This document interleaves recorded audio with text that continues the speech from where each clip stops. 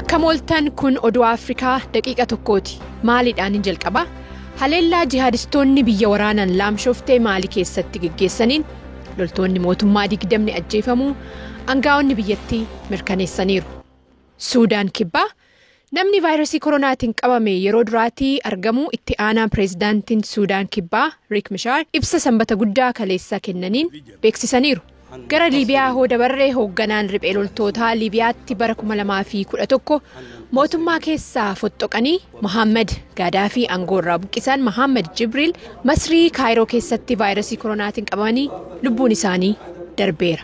Keeniyaa mootummaan manneen amantaa cufus sanbata kaleessaa namoonni mana paastarii isaanitti walitti qabamuudhaan ayyaana Palm Sunday jedhamu kabajaniiru. Dhumarrattis Tuuniziyaa seenaa Tuuniziyaatii fi Afrikaa kaabaa keessatti dubartii duraa dooktarii ta'uudhaan seenaan galmeessan Dr. Tawidaa Ben dinaarii biyyattii irratti suuraan isaanii maxxanfameefira.